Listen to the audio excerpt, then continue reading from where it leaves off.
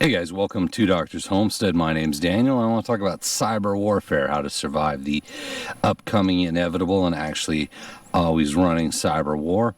Let's look a little bit about the evolution of cyber warfare, what some common attacks are, and then some things that you might want to look at, think about to prepare yourself, or at least understand some of the potential targets and how that might affect you, right?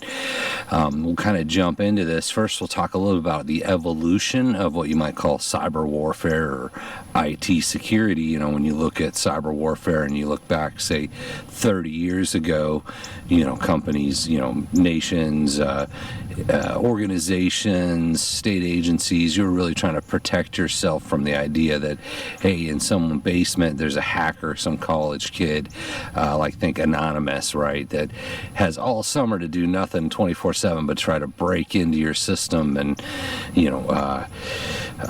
do graffiti on your page or steal your information, right? 30 years ago, that was the big thing, is these college kids are going to come at us and they're going to hack us and violate our systems, cause outages, cause havoc, right? And that was the big enemy of cyber warfare. And you start to fast forward to maybe 10 years ago, or maybe leading up till recently, it was more organized crime, right? Organized criminals got to come to the realization that things like ransomware and hacking could make a lot of money. So cyber warfare, hacking kind of turned into a job, right?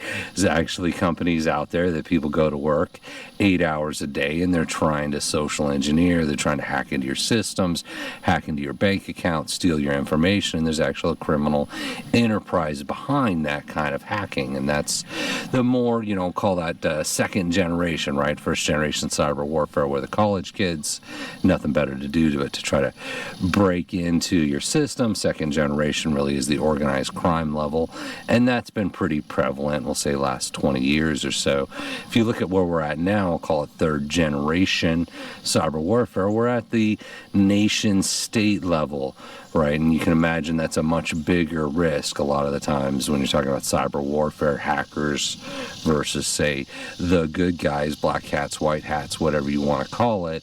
It comes down to how much money you're willing to spend to hack something versus how much money they're willing to spend to secure it. Certainly there's other factors involved, but a lot of the times cyber warfare really comes down to who's willing to spend the most money on security versus breaking into something. Man hours and tools and processing power, all that's expensive. Well, in the world we're in now, if you're dealing with nations, national level, nation levels of cyber war, you have actual military type units that are trained in cyber warfare that have a much larger budget than the college kids, or maybe even the criminal enterprise, though criminal enterprises often have a great deal of funding. But the world we're in now, what we're seeing is places like China, places like Russia, North Korea, sort of this access that seems to be opposing us, or the West in the world right now. We're starting to talk about cyber attacks coming from them. So everything we've seen over the last 20, 30 years has continued to escalate, and I suspect it will continue to escalate. So that's sort of, the evolution of cyber warfare and why we're at where we're at right now, and why I think you'll continue to see more damage done by hackers, right? Is we're no longer talking about the kids in the basement. It's China, right? Which has a much bigger budget, right? They have said the cyber warfare, that's a division of the governments, of all the governments, and they have professionals doing that. So that's the evolution of, we're not talking about keyboard commandos hurting your feelings on Facebook. We're talking about trained cyber warfare soldiers, right? Going to get worse over time. So let's talk about the types of attacks. And I'm going to really kind of summarize this into two types of attacks, just to keep it simple, right? You have internal attacks and external attacks. And an external attack means something from outside the system is trying to attack it. And the most common thing you'll hear about is DOS, denial of service attack. You've probably heard that term before. So a denial of service attack, it's a common external attack. It means they didn't break into your system. They're just trying to shut you down. And a great real world of example of what is a DOS attack, denial of service attack. Say you're going to the movie theater and you got to buy tickets, so you go to wait in line, right? You go up, old school, you're not buying them on your phone or anything, you're just going to buy your tickets. You got to wait in line. Say you're at Walmart not buying tickets, whatever it is. Well, just before you get in line, 100 people run in line in front of you. Right now, you got to wait behind 100 people to get in line. Like, it's going to take forever. So now they have all their carts full of stuff, but maybe they don't have barcodes on them, right? So now they got to price check every item. And that shuts the register down, right? Because now you got to wait for 100 people with 100 items each, and they all got to be price checked. That's denial of service. So as a computer, you're going to have thousands, tens of thousands, millions of systems sending requests that get in front of you, and it just overwhelms the system. Just like 100 people waiting in line at the grocery store, you're never going to get to the counter. Your stuff's never going to get to you. That's a DOS attack in essence, right? It's a pretty common attack. Generally, they don't really break things, right? It's a denial of service. It's a temporary disruption. Pretty common, right? If a site goes down for a couple hours, day, whatever it is, and it comes back up, probably denial of service type attack. The other attack I'll call internal attacks. That's stuff that's gotten into the network, into the system, whether it's ransomware, whether it's a hacker that broke in, whether it's strange code. You're seeing stuff recently on the Department of Defense side or something like that. I haven't dug in it too much, saying, hey, we found all these Chinese hack code in our system. So internal attacks take a lot longer, right? They're far more complex, but then they're harder to detect. And they can cause damage. They can bring systems down. They can cause outages, data loss, ransomware, can cause a lot of money, can wipe systems. So there are different types of attacks. I think as we're progressing, you're seeing more of those internal attack, which is much more sophisticated attack, right? So I want to talk about areas that could get attacked. And I actually just saw something on TikTok where people are saying, oh, hospitals attacked and they're down. It's actually on the list, so I'm like, I should probably jump in. Been thinking about the video for a while. Let's just get it done. So we'll start with the hospital, right? I've done some work for hospitals in the past. A hospital on the West Coast, won't name the name.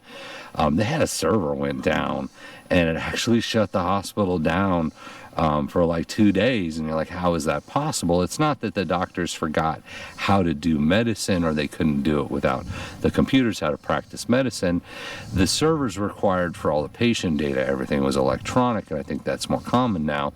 So you might have 50 patients and you might know how to be a doctor and practice medicine, but if you don't have any of the patient files information, you don't know what kind of prescriptions to give out or what medicines they're on or what their conditions are, it becomes really difficult or dangerous, right? So hackers, cyber attacks can take down hospitals. I just saw a thing that happened. Another one, of course, is the power grid. You do hear about power grid could go down, right? We have multiple grids, and I've done videos on grid down.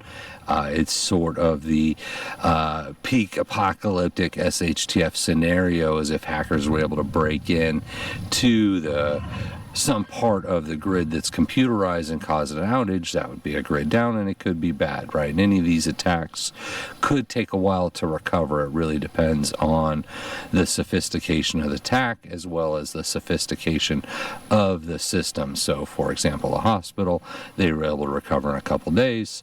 And that wasn't a cyber attack. That was just, hey, a server went down. If you had a major cyber attack, it could cause a longer disruption. Something like a grid down could cause a longer disruption. A couple other areas to think about that could be a target of cyber attack is supply chain, retail, things like trucks, trains, stores. So they could attack the supply chain. They could attack trucking companies, railroad, trains, railroad companies, or even just retail stores. Retail stores can have computer outages without hackers. If hackers went in and started messing with the systems, that could take them down. In an event of an attack like that, expect disruptions, right? It might be one store. So you might say, hey, okay, I can't go to Walmart because their computer system's down, so we'll go to a different store. If it was a bigger attack, multiple companies, multiple systems, you could start seeing disruptions happen. And so as a prepper, you always want to be prepared for any kind of supply chain disruptions, right? Have your food, have your water, have your supplies, any medicine you can, the critical things you need, have those in reserve, right? Because once again, cyber warfare could take down Walmart, right? Not the entire company and maybe not forever, but those kind of things could happen, right? When you're talking about water treatment, supply, quality, and availability, would they be able to hack into a water treatment plant? I'm going to say hypothetically, yes. Honestly, I don't have a lot of good hands-on experience with the computer systems around water treatment plants. I know that could be a target. I'm not 100% sure how that would work out. Certainly if there was a grid down, they would have a hard time processing and pumping water. Could you hack into it and affect that? I would say possibly. And once again, that comes back into, are you prepared? Do you have your water? We didn't really talk too much about prep around the hospital. Look at, do you have your medicine? Do you have your first aid? Do you have any kind of first aid training? We saw during the beginning of the last pandemic, right? All of a sudden hospitals got really busy, and things you might normally go to the hospital for that might be small, you might not have been able to, because all of a sudden hospitals are busy. So if a cyber attack hits a hospital, you might have to look at what kind of alternative options you have depending on the type of emergency. Another target for cyber attacks might be military bases, defenses, defense systems. Would that lead to war? I don't know on that. Certainly they have, once again, the cyber command. They have their own guys doing cyber. The enemies have their guys doing cyber, and they're always attacking each other. In the internet worlds, in the computer worlds. What would an outage mean for you?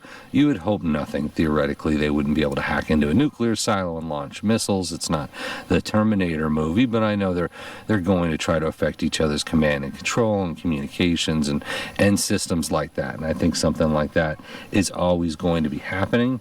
Banks and financial services absolutely could and have been targets of any kind of a cyber attack. If your bank goes down, whether they're hacked or something like that, you might not be able to get to your cash, right? That kind of thing can happen at a small scale, but certainly could happen at a large scale as well. If your bank gets hacked, you would assume your actual account information, how much money you have in the bank, is saved and protected somewhere. But if the bank's computers are down, good luck getting to your money. So in the event you hear about a bank cyber attack, hopefully you have alternative payment options, whether that's cash on hand, possibly account with a different bank, credit card, something like that.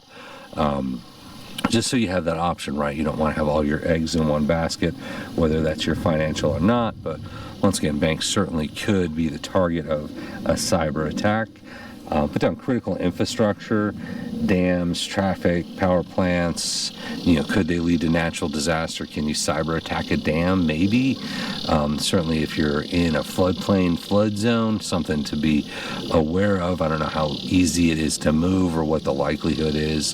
Hackers could cause a dam to fail. I don't know on that. I'm just putting it out there as a possibility. I couldn't say it's not a possibility. I know things like critical infrastructure.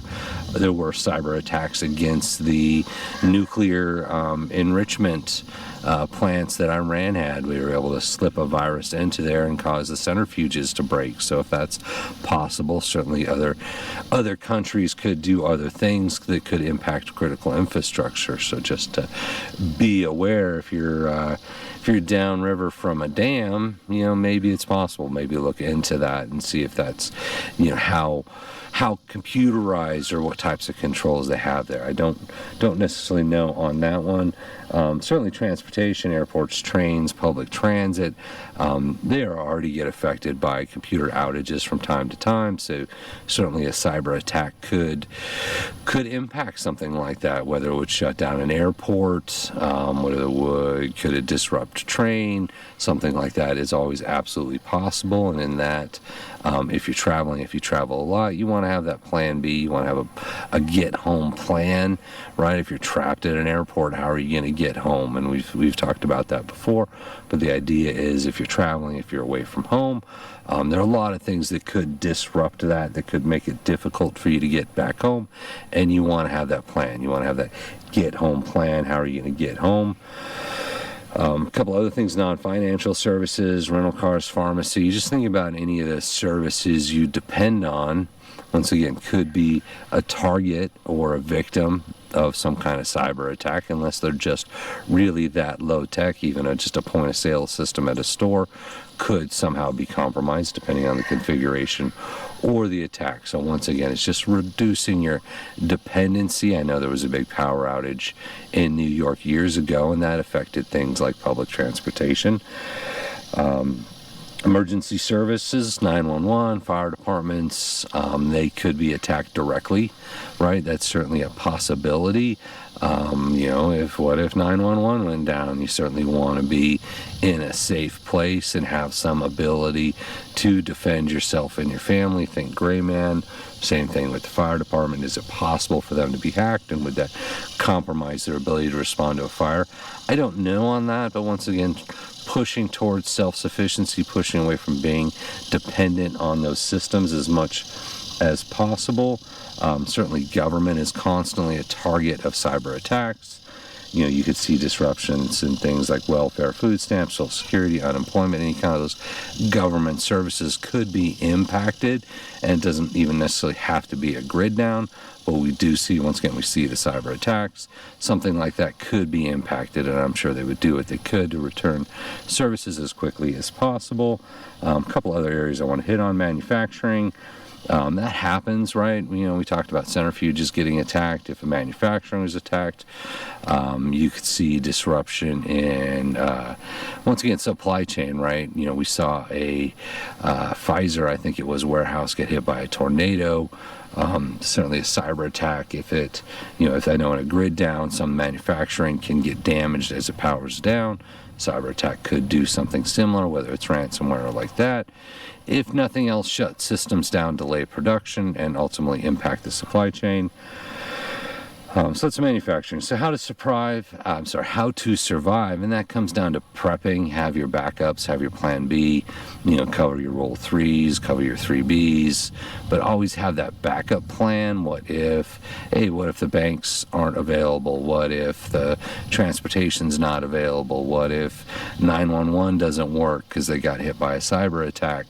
What if I'm traveling on a plane and I can't get home because the airport's shut down, right? It really comes down to that prepper mindset. I think it'll get you through just about anything on the cyber warfare side. When you see things getting hacked and businesses getting hacked, it really falls down into just basic survival, basic preparedness. Do you have your water? Do you have your food? Do you have your medicine? Things like that. Do you have your self-defense options? So I hope that helps out. Just want to dig a little bit on cyber war. Said we're hearing about it. I think we are going to hear more about it. I think it is going to become more common and more aggressive because, as we said, we went from college kids in the basement to nations with trained cyber attack, divisions or armies, cyber command, whatever you want to call it. And that's a different game, and that is where we're at now. So thank you for watching, and I appreciate you.